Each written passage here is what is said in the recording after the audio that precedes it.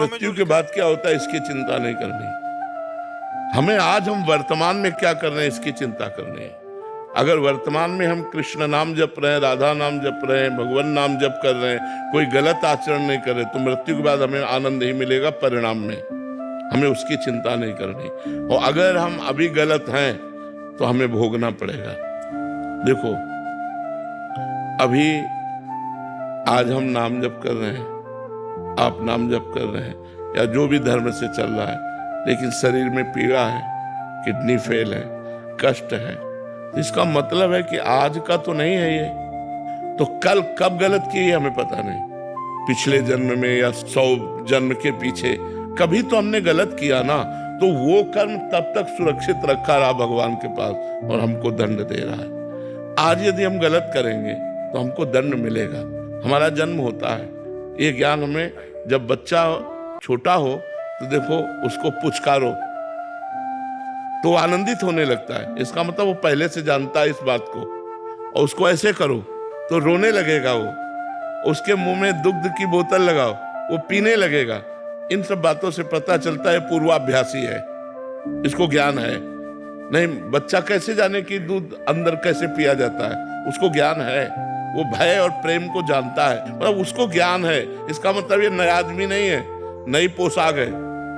अभी बच्चे की पोशाक है, लेकिन ये पुराना है, इसको पूरा ज्ञान है। तो हम मनुष्य जन्म प्राप्त करते हैं, लेकिन पीछे बहुत से जन्म कराए हैं जो कर्म, वो हमको भोगने पड़ेंगे।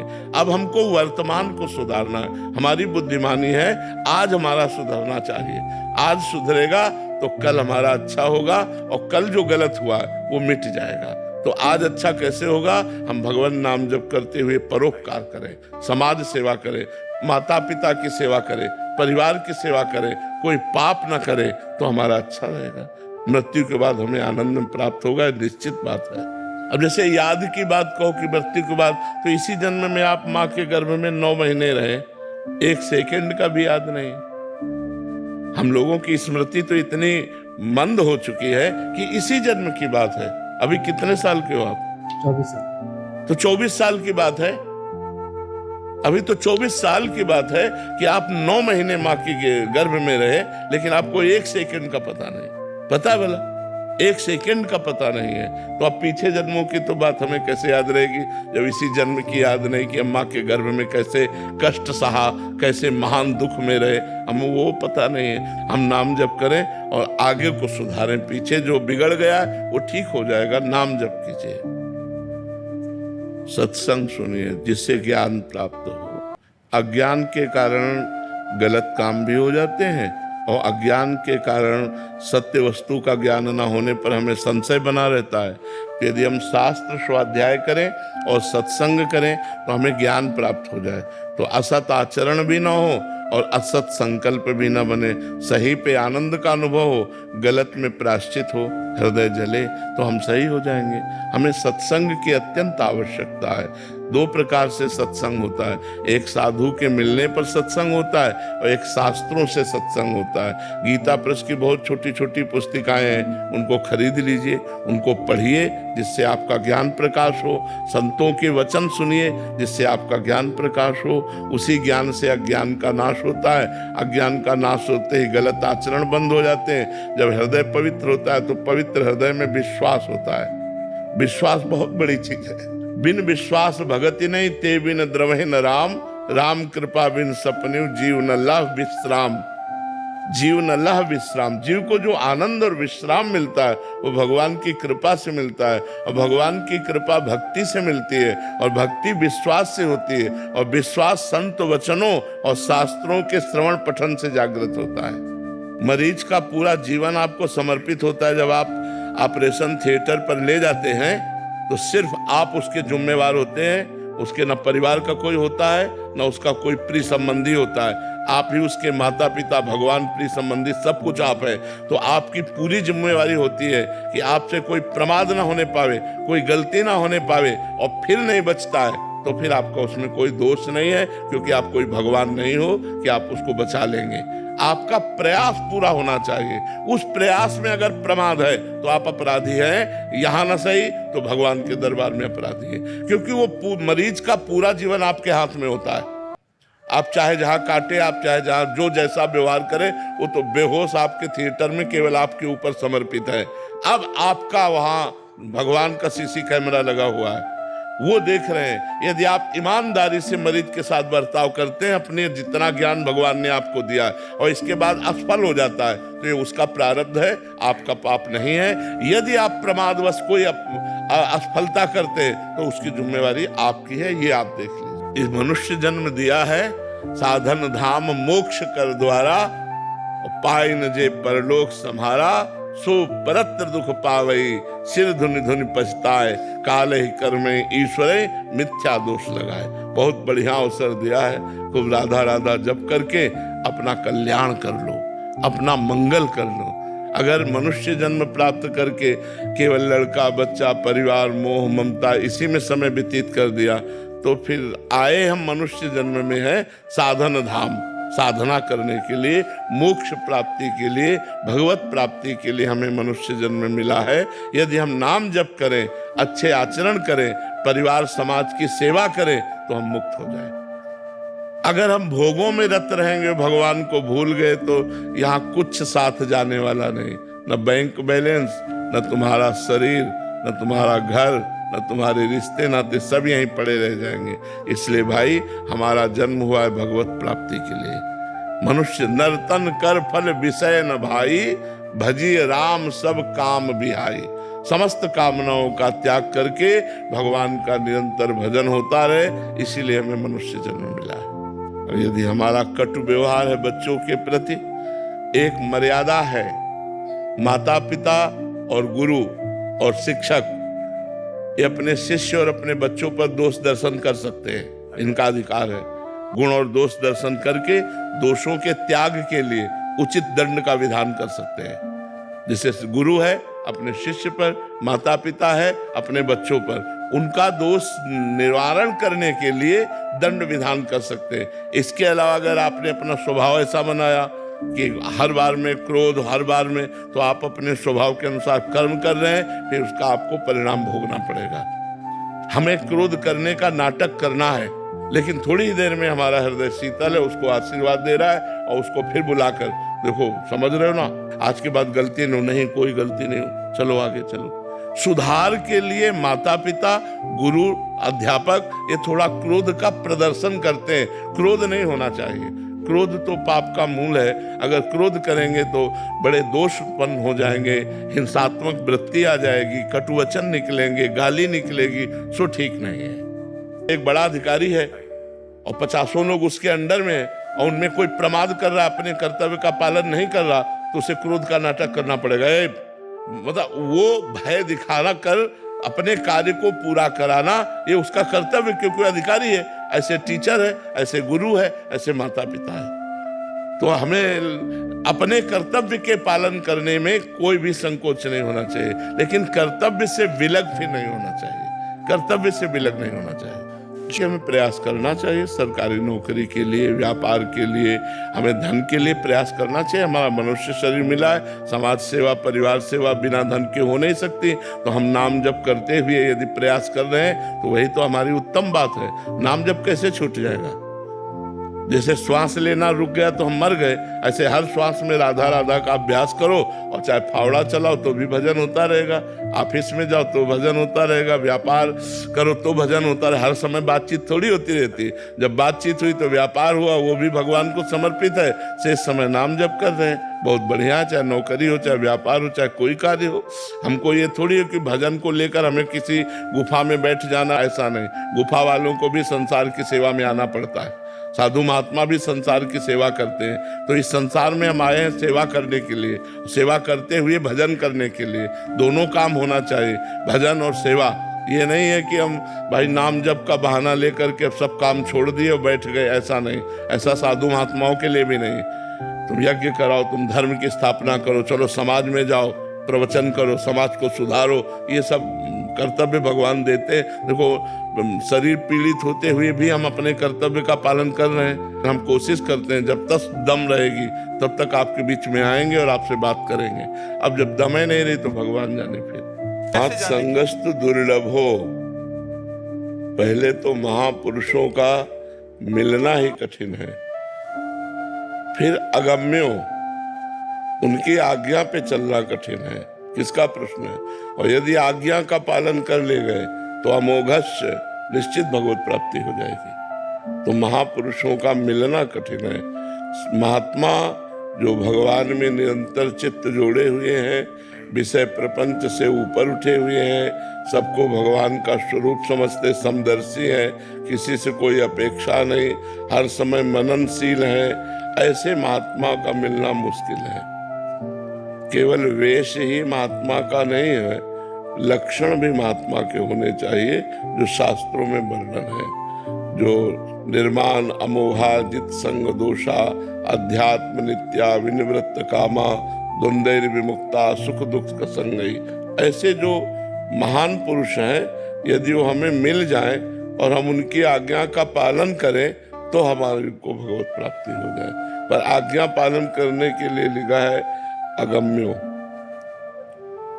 बड़ा कठिन है। संतों की आज्ञा पे चलना बड़ा कठिन है, क्योंकि मन विषयी है, वो किसी न किसी विषय का आश्रय ले लेता है और हमको आज्ञा उल्लंघन में रद्द कर देता है। तो इसीलिए हम पूरा लाभ नहीं ले पाते संतों का। तो संतों का जो सानिध्य है उसका तात्पर्य उनकी वाणी के अनुसार चलना। केवल दर्शन कर लेने मात्र से बात नहीं बनेगी, केवल पास बैठ जाने से बात नहीं बनेगी, उनकी आज्ञा का पालन करना होगा। अगर उनकी आज्ञा का पालन नहीं है तो बहुत से ऐसे देखे गए महापुरुषों के पास रहते हुए भी दीपक तले अंधेला पाया गया, उनमें प्रकाश नहीं हुआ और दूर का व्यक्ति लाभ ले गया। वो उनकी आज्ञा का पालन किया, वो लाभ ले गया, और नजदीक जो रहने वाले वो खाली रह गए, वो राग द्वेष में फंस गए, वो उनकी संपत्ति में फंस गए, बाहरी संपत्ति में फंस गए। और जो कोई चतुर सुजान हुआ तो उनकी आज्ञा का पालन करके उनकी आंतरिक संपत्ति ले गया। संतों में दो संपत्ति होती है, एक प्राकृतिक मायाकृत और एक अप्राकृतिक भागवतिक। भागवतिक संपत्ति के तो कोई विशेष अधिकारी होते हैं, उसी को भगवत प्राप्ति कहते हैं। तो संतों की आज्ञा का पालन करना, उनका संग निर्वाह कर लेना बड़ा कठिन है। यदि निर्वाह कर ले गए तो भगवत प्राप्ति पक्की है। अमोघश्च, मात संगस्त दुर्लभ हो, लेकिन लिखा है अगम्यो, लिखा है अमोघश्च। अगर आप उनकी आज्ञा का पालन कर ले गए तो अमोघश्च, निश्चित भगवत प्राप्ति हो जाएगी। कक्षा 1 और कक्षा 10 अंतराय है ना। प्रारंभिक ये भजन है कि मन लगे ना लगे, चिंतन बने ना बने, हमारे मुख से राधा राधा निकल रहा है, करते रहो। फिर बात आई, अब क्लास बढ़ाना है कि केवल राधा राधा कह रहे हो, चिंतन तुम्हारा संसार का हो रहा है, अब समेटो, चिंतन भी राधा नाम में लगाओ। फिर खुद इतने राधा नाम में डूब जाओ कि खुद की शुद्ध न रह जाए। तो एक क्लास बाय क्लास है। प्रारंभिक क्लास में अगर ये शर्त रख दी जाए कि मन जाए ही ना तभी भजन माना जाएगा, तो कोई भजन न कर पावे।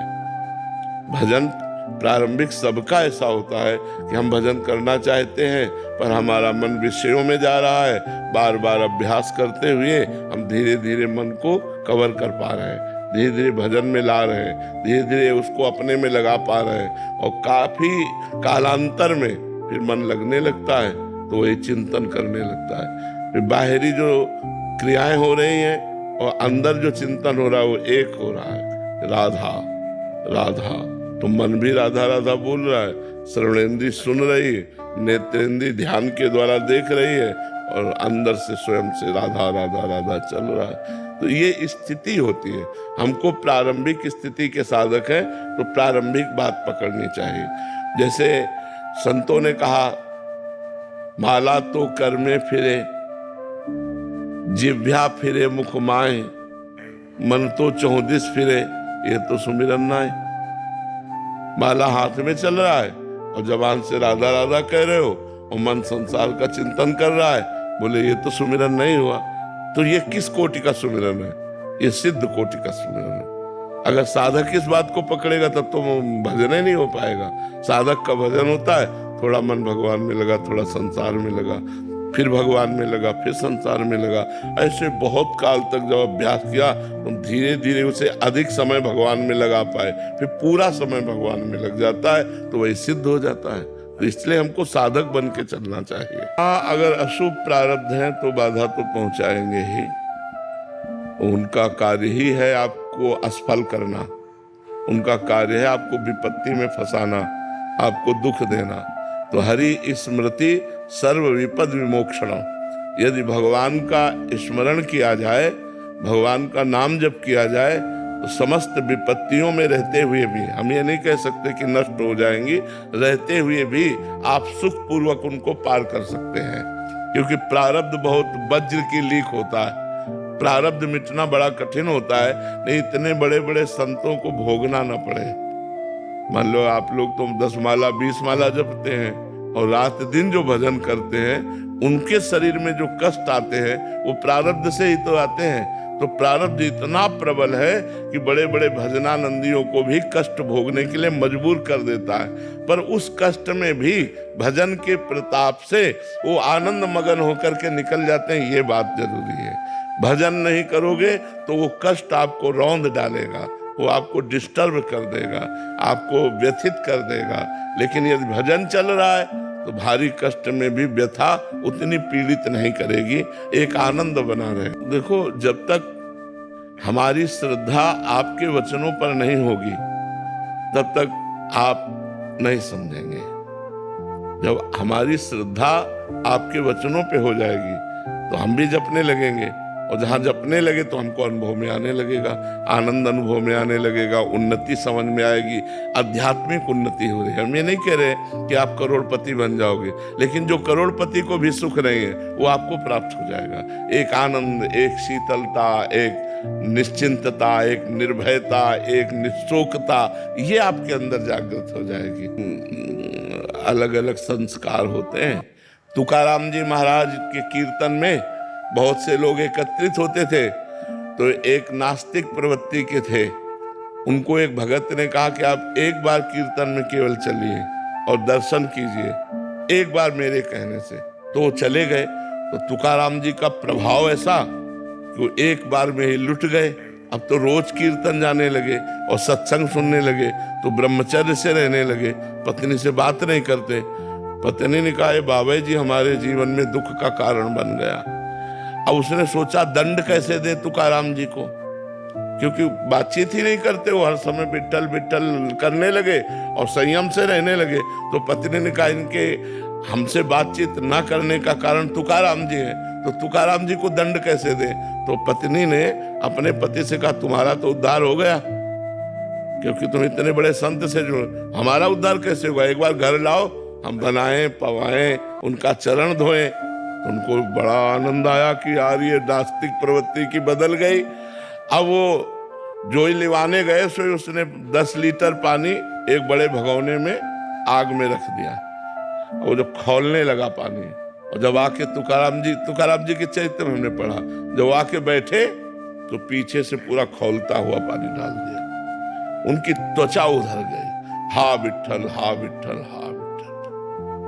तो ऐसा जरूरी नहीं है कि पति पत्नी का एक ही भाव हो, ऐसा जरूरी नहीं है। हो सकता है पति नास्तिक हो, पत्नी भक्त हो सकता है पति भक्त हो, पत्नी नास्तिक हो, तो अलग अलग भाव होते हैं। अब बिना शुद्ध ब्रह्म ज्ञान के ये बात असंभव है। शुद्ध ब्रह्म ज्ञान जब हृदय में जागृत हो जाता है तो ब्रह्म सत्यम जगन मिथ्या, ये अनुभव होता है।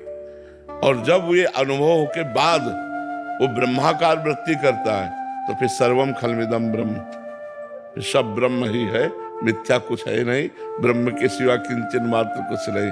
सर्वम खलमिदम ब्रह्म नेना नास्ति किंचन, किंचन मात्र भी ब्रह्म के सिवा कुछ नहीं है। तो हमें चाहिए कि हमें शास्त्र के अनुसार साधना करनी चाहिए।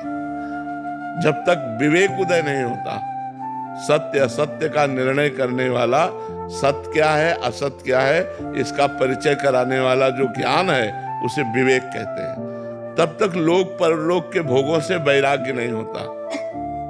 फिर सम इंद्रियों का निग्रह, दम मनोनिग्रह, उपरति भोगों का स्मरण भी त्याग कर देना, तितिक्षा आए हुए हर कष्ट को सह लेना, श्रद्धा शास्त्र और गुरु के वचनों में दृढ़ विश्वास, समाधान चित्त का परमात्मा में स्थित होना, मुमुक्षुता मैं मुक्त हो जाऊं, ये जब बातें हृदय में आती हैं तब ब्रह्म ज्ञान की तरफ हमारा कदम बढ़ता है। अगर ब्रह्म ज्ञान हो जाए तो हमको ये अनुभव में हो जाए, या भगवान से प्रेम हो जाए तो हमें अनुभव में हो जाए कि ये जगत भगवत स्वरूप है, मिथ्या तो केवल हल करने के लिए है, सवाल हल करने के लिए।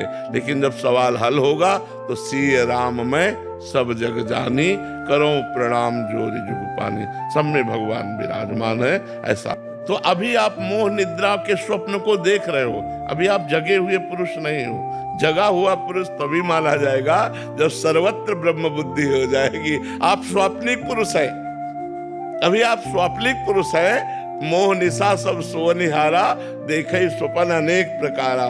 तो अभी तो अनेकता दिखाई दे रही ना, स्त्री पुरुष जड़ चैतन्य अच्छा बुरा, तो हम स्वाप्निक पुरुष हैं, अभी हम जगे हुए नहीं हैं। तो स्वप्न में भी जैसे लगता है कि मैं जग गया, लेकिन वो स्वप्न ही होता है। ऐसे ही हमको यहाँ लग रहा मैं जगा हुआ हूँ, लेकिन ये अज्ञान का स्वप्न है। जब ये समझ में आ जाए, उमा कहूँ मैं अनुभव अपना, सत हरि भजन जगत सब, हाँ ये जगत भी सपने जैसा ही है, ये सत्य नहीं है। ये वास्तविक जग जाने पर पता चलेगा, अभी तो हम स्वप्न में हैं, तो कैसे पता चले? स्वाप्निक पुरुष पहचान सकता है कि जगा हुआ कौन है? नहीं, वो नहीं पहचान सकता। जगा हुआ स्वाप्निक पुरुष को पहचान सकता है, लेकिन स्वाप्निक पुरुष जगे हुए पुरुष को नहीं पहचान सकता। दूसरा यही द्वैत, क्रोध कब आता है? द्वैत के बिना क्रोध आता है क्या? क्रोध का मूल कारण द्वैत है, और द्वैत का मूल कारण कामना है। कामा संजायते क्रोधा, क्रोधा स्मृति विभ्रमा, स्मृति भ्रंशात बुद्धिनाशो, बुद्धिनाशात प्रणश्यति। हमारी कामना है कि आदमी हमारे अनुकूल चले, हमारा लड़का अनुकूल चले, हमारी पत्नी अनुकूल चले, और जब वो प्रतिकूल चलेगी तो हमें क्रोध आ जाएगा। तो अगर हम लड़का देख रहे हैं, पत्नी देख रहे हैं, तभी तो। अगर उनमें ब्रह्म देखे तो, उनमें भगवान देखे तो क्रोध आएगा क्या? मेरा भगवान है। तो यही बात है, अभी हम सोए हुए पुरुष हैं जो मोह निद्रा में सो रहे हैं और कल्पनात्मक के जागतिक स्वप्न देख रहे हैं। अब जब जग जाए तो आनंद आ जाएगा। एक बार राजा जनक को स्वप्न में दिखाई दिया कि वो भिखारी हो गए। उन्होंने कुछ चावल दाल मांगी और खिचड़ी बनाई, तो दो सांड लड़ते हुए आए और वो खिचड़ी सब बिखर गई। वो व्याकुल होके उठ बैठे। जब बैठे तो राजा, तब उन्होंने सोचा कि ये सत्य कि वो सत्य। अब सभा में जाके पूछते विद्वानों से, ये सत्य कि वो सत्य, तो अब कुछ उसकी व्याख्या करो तो समझ में आवे। केवल इतना प्रश्न, ये सत्य कि वो सत्य, तो कोई सही उत्तर दे नहीं पाता। तो भगवान अष्टावक्र जी महाराज पधारे, उनसे पूछा ये सत्य कि वो सत्य? बोले ना ये सत्य ना वो सत्य। जब तू स्वप्न में था तब जागृत असत्य था, और जब जागृत में है तो स्वप्न असत्य है। जो तत्क्षण कुछ ही क्षणों में असत हो जाते हैं, उनकी सत्ता नहीं होती। ना असतो विद्यते भाव, ना भाव विद्यते सत्ता, इसलिए दोनों असत है, सत्य नहीं। सत्य त्रिकाल सत्य होता है और ये असत है। तो जो जागृत में स्वप्न असत्य और स्वप्न में जागृत असत्य, तो दोनों असत्य, न ये सत्य न वो सत्य। सत्य तो अलग वस्तु है। उसी सत्य का बोध करा, तभी अष्टावक्र जी ज्ञानी जनक जी के गुरु हुए। ये भजन पर निर्धारित करता है। एक पीपल के वृक्ष के नीचे, एक बरगद के वृक्ष के नीचे दो महात्मा भजन कर रहे थे। तो देवर्षि नारद जी वहां से निकले। तो बरगद के वृक्ष वाले ने, महात्मा ने साष्टांग दंडवत किया और कहा, महाराज आप नारायण से मिलते हो, कभी पूछना कि हमें कब दर्शन देंगे। ठीक ऐसा ही प्रश्न पीपल के वृक्ष वाले महात्मा ने भी किया कि आप भगवान से मिलते जुलते हो, हमारी चर्चा चलाना कभी भगवान हमसे, भगवान कब दर्शन देंगे। तो नारद जी ने भगवान से चर्चा चलाई। जब लौट कर आए तो पहले बरगद के वृक्ष वाले महात्मा मिले, भगवान से बात की। बोले हाँ, भगवान ने कहा है इस जन्म में आपको दर्शन दे देंगे। पीपल के वृक्ष वाले महात्मा से कहा कि भगवान ने कहा जितने पीपल के पत्ते हैं इतने जन्म लगेंगे तुम्हें हमारे दर्शन करने में। बोले भगवान हमें जान रहे हैं कि भजन कर रहे हैं? बोले हाँ। बस चिल्ला चिल्ला के रोने लगे। हम तो यही नहीं समझ पा रहे थे कि मैं भजन कर रहा हूँ, भगवान जान रहे कि नहीं। वो जान रहे, मुझे जान रहे, और खूब रोने, इतने विकल हुए, इतने रोने लगे कि उसी समय भगवान प्रकट हो गए, गले से लगा लिया। नारद जी ने कहा कि महाराज आपने हमें झूठा कह दिया। भगवान ने कहा क्यों? बोले बरगद के वृक्ष वाले के लिए कहा था कि एक इसी जन्म में हम दर्शन दे देंगे, और इनके लिए कहा था जितने पीपल के पत्ते हैं। तो बोले इनकी जो भजन शैली थी उसमें उतना ही समय लगता, लेकिन ये विकल हो गए, रुदन से इतने विकल हो गए, और उस विकलता में मुझे पुकारा। यही विकलता मेरे साक्षात दर्शन का हेतु है। रुदु सुस्वरम राजन कृष्ण दर्शन लालसा, तासा महावीर भूत छौरी, इसमें मान मुखाम्बुजा, पीतांबर धरास्त्रग्वी, साक्षात मन्मथ मन्मथा। जो भगवान के लिए अंतर से रुदन करने लगता है, जैसे अब प्राण निकल जाए, अगर सांस लेने को न मिले, ऐसी विकलता आ जाए तो उसी समय भगवान दर्शन दे देंगे। अब ये कब आएगी इसका कोई पता नहीं। 10 दिन में भी आ सकती, 10 जन्म में भी नहीं आ सकती। भगवान के लिए मिलन की विकलता हो जाना कि अब प्राण व्याकुल हो गए, दरस बिन दुखन लागे नैन। अब तो चैन नहीं है, नहीं खान पान ते भावे है, नहीं कोमल वसंत सुहावे है, सब विषय लगे ते खारा है, हरि आशिक का मग्न्यारा। सब कुछ छूट गया, बस एक लगन रह गई, प्रभु मिलो प्रभु मिलो। मिल जाएंगे प्रभु, लेकिन अभी सब कुछ छूटा नहीं है, और ना प्रभु के लिए इतनी विकलता है, इसलिए खा पी के आराम से सो रहे हैं। नहीं तो नारायण हरि भजन में ये पांचों न सुहात, विषय भोग, निद्रा, हंसी, जगत प्रीति, बहु बात समझ में आ रही? भगवान है सब में, सब में है। जैसे देखो ये काहे से चल रहा है? बिजली से। दिखाई तो नहीं दे रहा कि इसमें बिजली है। ये काहे से चल रहा है? बिजली से। ये काहे से चल रहा है? बिजली से। ये काहे से, ऐसी काहे से चल रही? नाम अलग अलग हैं, क्रियाएं अलग अलग हैं, प्रभाव अलग अलग है, लेकिन बिजली तो एक है ना। हीटर में प्रभाव जाके गर्म कर देता है बिजली, इसमें हवा दे रहा है, इसमें शीतलता दे रही, इसमें लाइट दे रही। तो जो बिजली हवा दे रही वही बिजली लाइट दे रही, वही बिजली एसी में ठंडा कर रही, वही बिजली हीटर में गर्म कर रही। लेकिन बिजली तो एक है ना। तो दुष्ट में भी वही पावर है, संत में भी वही पावर है, जड़ में भी वही पावर है, चैतन्य में भी वही पावर है, स्त्री में भी वही पावर है, पुरुष में भी। इस पावर को बिजली कहते हैं, उस पावर को भगवान कहते हैं। है ना सब में भगवान। वो जब नहीं रहते तो क्रिया शून्य हो जाता है मनुष्य का शरीर, और उसे जला दिया जाता है। तो भगवान सब में है, ये पक्की बात है, पर बिना साधना के हमें वो दिखाई नहीं दे सकते। दिखाई देती माया है, मायाकृत पांच भौतिक शरीर, मायाकृत क्रियाएं, मायाकृत स्वभाव, मायाकृत गुण अवगुण, ये सब दिखाई देगा, भगवान नहीं दिखाई देंगे। साधना करोगे तब भगवान कृपा करेंगे। जब आपके अंदर ज्ञान नेत्र या प्रेम नेत्र प्रकट होंगे तब भगवान का साक्षात्कार होता है। समझ पा रहे हो? है सब में भगवान। तो हमें मानना पहले चाहिए कि भगवान सब में है, हमें भले नहीं दिखाई दे रहे, क्योंकि बोल रहा चल रहा तो भगवान का पावर है, तभी ये बोल चल रहा है। नहीं तो बोलना बोल पाएगा ना चल पाएगा। वो जहाँ पावर अंतर ध्यान हुआ, बोले मर गया। नहीं कहते, चाहे जितना प्रिय शरीर हो उसे हम नष्ट कर देते हैं, जला देते हैं। तो इसलिए हमें मानना होगा पहले कि सब में भगवान है, और डट के भजन करना होगा। फिर हमें जानना होगा, फिर जानना होगा, और जब जान गए तो जानत तुम्हें हो जाए। वहां भगवान है तो आप में भी भगवान है, आप भगवत स्वरूप हो गए। जब ये जान जाओगे सब में भगवान है तो आप भी भगवत स्वरूप हो गए, और आवागमन चक्र जो जन्म मृत्यु का चक्र है, इससे आप मुक्त हो गए। पर ये खेल थोड़ी है, बड़ा कठिन है। आप हमारे अनुकूल चलोगे, भगवान की भावना हम कर सकते हैं, लेकिन जब प्रतिकूल व्यवहार करो, अपमान करो, निंदा करो, गाली दो, फिर हम आप में भगवान देखें, ये बात है, ये बात है। अगर ये देख ले गए तो माया से मुक्त हो गए। पर है कठिन, ये है कठिन बात। एक है यज्ञ कर रहा है, भजन कर रहा है, साधना कर रहा है, तो उसमें भगवान की भावना कर सकते हैं। लेकिन गंदे आचरण कर रहा है, बहुत पाप कर रहा है, हम उसमें कैसे भगवान, उसमें ऐसे भगवान की भावना देख सकते हैं कि क्रिया अलग है लेकिन पावर तो इसमें वही है।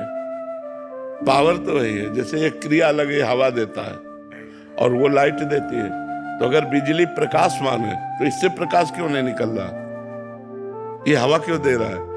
तो यंत्र के अनुसार वो प्रभाव उसका अलग अलग है। ऐसे खोपड़ी के अनुसार स्वभाव अलग अलग है, क्रिया अलग अलग है, लेकिन पावर उसमें भगवान है। उस कसाई में भी पावर भगवान का ही है। जो हाथ उठा के गड़ासा चलाता है वो उसी पावर से चलाता है, जो यज्ञ कर रहा है वो उसी पावर से कर रहा है। विद्या विनय संपन्ने ब्राह्मणे गविहस्तनी स्वनीच सुपाके चा पंडिता समदर्शिना। जो विद्या विनय संपन्न ब्राह्मण में, गाय में, चांडाल में, कुत्ते में, हाथी में एक ही परमात्मा को देखता है, वही वास्तविक ज्ञानी है, वही ज्ञानी है।